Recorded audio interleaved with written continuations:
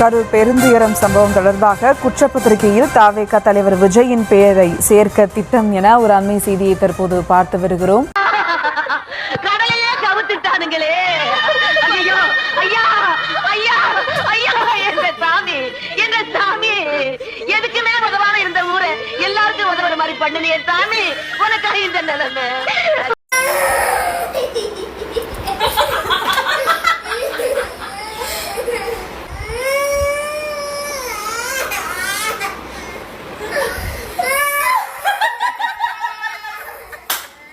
இந்த செனம் கொண்ட சிறுத்தையை சிராச்சு சிறங்கு வர வச்சுட்டாங்க.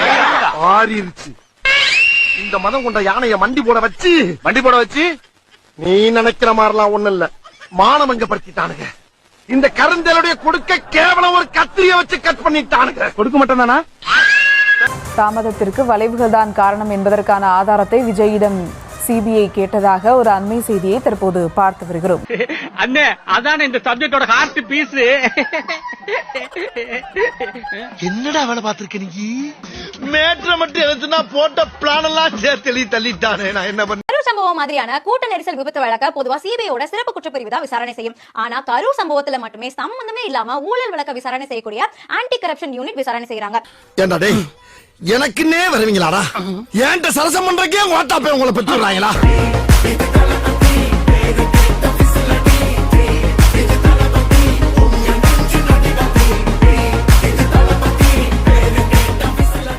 இன்னொரு மூத்திரசத்துக்கு போச்சு.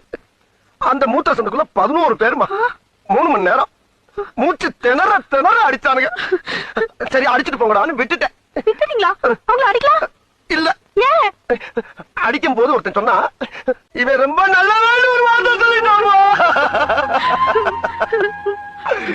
நானும் பழிக்காம எவ்வளவு நேரம் அடிக்கிறது.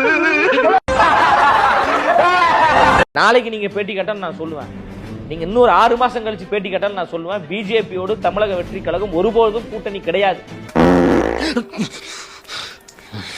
பிஜேபி என்பது ஒற்றுமையாக இருக்கக்கூடியவர்களை சிதைக்கக்கூடிய ஒரு கட்சிங்க. தம்பி, உங்க சூழ்நிலை புரியுது.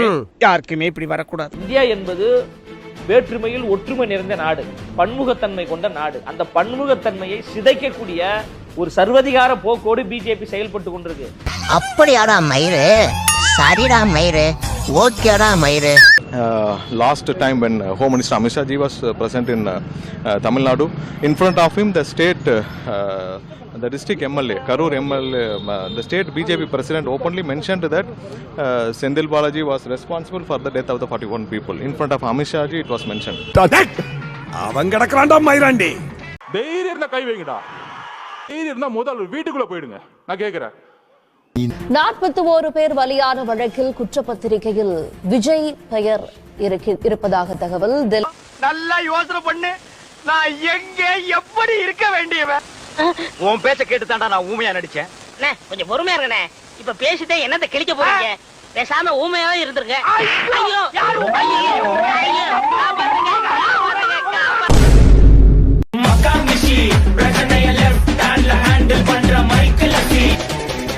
வந்துட்டாயா. அறிவியல் மொழி இல்லாமையா உலகத்தில் எந்த ஒரு கட்டடம், புல்லோ பூண்டோ மரமோ செடியோ குடியோ எதுவும் தன்னிழல் தரையில் விழாது ஒன்றை நீ காட்டவே முடியாது. உலகத்திலே ஒரே ஒரு கட்டிடம் தான் என் பாட்டன் கட்டிய பெருவுடையார் கோயில், தஞ்சை பெருவுடையார். உலகத்திலே தன்னிழல் தரையில் வராதது. அது அறிவியல் தொழில்நுட்பம் இல்லையா? இன்னைக்கு நம்ம எங்க இருக்கோம் அப்படின்னு பாத்தீங்கன்னா தஞ்சை பெருவுடையார் கோவில்ல தான் இருக்கோம். நிறைய பேர் என்ன நம்பிட்டு இருக்காங்க அப்படின்னா அந்த கோயிலோட நெல் கீழே விழுகாது அப்படின்னு நம்பிட்டு இருக்காங்க. ஆனா அது போய் ஏன் அப்படின்னா அது குறிப்பா சித்திரை 1 அன்றைக்கு விழுகாது அப்படின்னு சொல்றாங்க. இன்னைக்கு நம்ம சித்திரை 1 அன்றைக்கு தான் வந்திருக்கோம். இங்க பாத்தீங்கன்னா நெல் கீழே விழுது. ஜனகணமன பாடியிருக்க வேண்டும் முதலில் என்று ஒரு கருத்தை சொன்னார்கள். அதாவது எல்லோருக்கும் நிறைய கருத்துக்கள் இருக்கு, அவற்றையெல்லாம் பேசுவது மரபல்ல. சட்ட விதிகளின்படி சபாநாயகர் ஆங்கிலத்திலும் தமிழிலும் மாறி மாறி பேசுகின்றார். இதனால் சற்று பொறுமை இழந்தவர் போல சரியாக 9:35 மணிக்கு ஆளுநர் அமர்ந்து விடுகிறார். மீண்டும் சற்று நேரம் கழித்து 9:36 மணிக்கு திரும்பவும் கவர்னர் எழுந்திருக்கிறார். ஆளுநர் RN ரவி எழுந்திருக்கிறார்.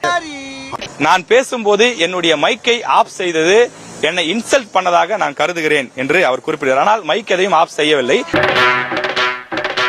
தொடர்ந்து ஆளுநருடைய மைக் ஆன்ல தான் இருக்கு. பக்கத்துல சபாநாயகர் இருக்காரு, அவரு டிஸ்டர்ப் பண்ணி அவர் இடையூறு பண்ணி எழுந்து பேசுறாரு. அதுதான் உண்மை.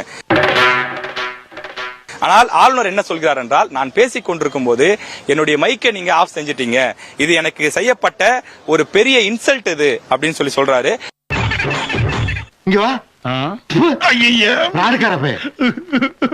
ஜனகணமன என்னதான் பாடுவார், ஜனகணமன என்னதான் பாடுவார். ஆளுநர் என்பவர் மாநில நலனில் அக்கறை கொண்டவராக, மக்கள் மேம்பாட்டில் ஆர்வம் கொண்டவராக, உண்மையை பேசுபவராக இருக்க வேண்டும்.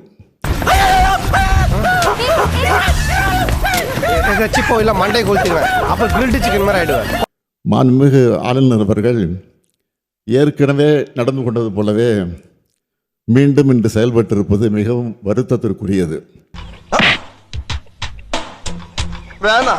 மாநில நிர்வாகத்தை முடக்கவும், பொது மேடைகளில் அரசியல் பேசியும் அவதூறு பரப்பி வருகிறார். வலிக்குது, அழுதுருவேன். பிராமண கடப்பாறைங்கிற வார்த்தையை பயன்படுத்தினாப்ல, அது ரொம்ப கவனிக்க வேண்டிய விஷயம். பார்ப்பன கடப்பாறைன்னு அந்த வார்த்தையை பயன்படுத்தல, பிராமண கடப்பாறை அப்படிங்கிற வார்த்தையை பயன்படுத்திருக்காரு. அதனால அவர் சொல்ல வருது என்னன்னா, அவருடைய பிறப்பை அவரே இழிவுபடுத்திக்கிறார். பிராமண கடப்பாறைன்னு அவர் சொல்வதன் மூலமாக அவர் என்ன சொல்ல வர்றாருனாக்கா, சீமான் ஒரு தேவடியாளுக்கு பிறந்த மகன் அப்படின்னு அவர் சொல்ல வர்றாரு. நாம் யாரும் சொல்லல, நான் எதுவும் சொன்னா, நான் சொல்லல, மணியன் சொல்லல, யாரும் சொல்லல. பிராமணம்ங்கிறத நீ ஏத்துக்கிட்டீங்கன்னாக்கா ஆட்டோமேட்டிக்கா நீ சூத்திரன் ஆயிடுற. வேசி மகன் அப்படிங்கிறது அவருடைய பிறப்பை அவரே இழிவுபடுத்திக்கிறாரு. ஐயே இந்த அங்கிள் அழுறாரு.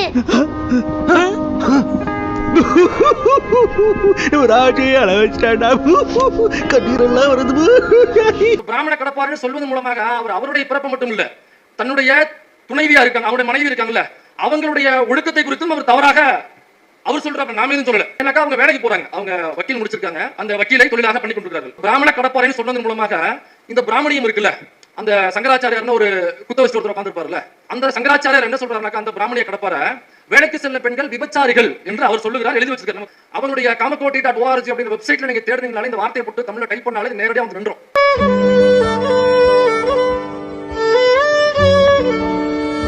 விஜயை மாட்டி விட்டது ஆதவர்ஜுனா தான். கண்டாரொழிமான 10 நிமிஷத்துல பேசணும், என்ன வேணாலும் பண்ணு. குடிச்சிருந்தா பேச மாட்டாரா புளுத்தி. முதல் விசாரணைக்கு பிறகு 2வது விசாரணைக்கு வர சொல்லும் போதே இவங்க உஷாரா இருந்திருக்கணும்.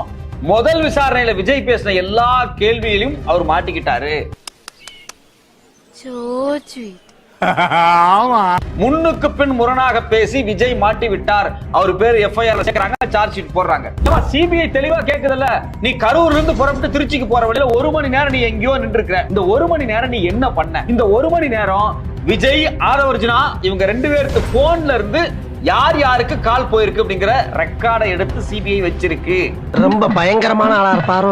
ஆதவர்ஜுனா போலீஸ்ல பேசுற அந்த வீடியோவை காமிக்கிறாங்க, விஜய்ட்டையும் காமிக்கிறாங்க, ஆதவட்டையும் காமிக்கிறாங்க. இங்க பாருங்க, போலீஸ் உங்கள்ட்ட வந்து என்ன சொல்லுச்சு அப்படின்னு. அந்த வீடியோவை காமிச்சதுக்கு பிறகு ஆதவர்ஜுனா போய் பேசி மாட்டார். இந்த பொய்யை அன்னைக்கே நோட் பண்ண சிபிஐ விஜய்ட்டையும் இந்த கேள்வியை கேட்கறாங்க. போலீஸ் வந்து சொல்லிச்சா, அதுக்கு பிறகு ஆதவர்ஜுனா டிரைவர்கிட்ட பேசாரா, அவங்க அங்க என்ன நடந்துச்சு அப்படிங்கறத ஒரு மாடல் பண்ணி பாக்குறாங்க. அந்த மாடல்ல எல்லா மெஷர்மெண்ட்ஸும் எல்லா காட்சிகளையும் பதிவு பண்றாங்க. அப்போ விஜய் அங்க மேல பஸ் மேல நின்னு பண்ண அந்த சில விஷயங்கள் இருக்கு பாத்தீங்களா, இந்த விஷயத்துக்கும் அங்க நடந்த சம்பவத்துக்கும் இடையில இருக்கக்கூடிய தொடர்பு இருக்கு பாத்தீங்களா, அந்த தொடர்பை மையமா வச்சுதான் ஒரு கேள்வி கேட்கறாங்க.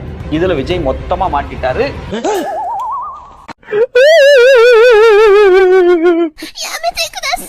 இந்த வீடியோ உங்களுக்கு பிடிச்சிருந்தா கண்டிப்பா லைக் பண்ண மறக்காதீங்க. அப்படியே உங்க நண்பர்களுக்கும் ஷேர் பண்ணுங்க. நீங்க பண்ற ஒவ்வொரு லைக்கும் தான் இந்த வீடியோவை மற்ற நண்பர்களுக்கும் கொண்டு போய் சேர்க்கும். மறக்காம சப்ஸ்கிரைப் பண்ணுங்க.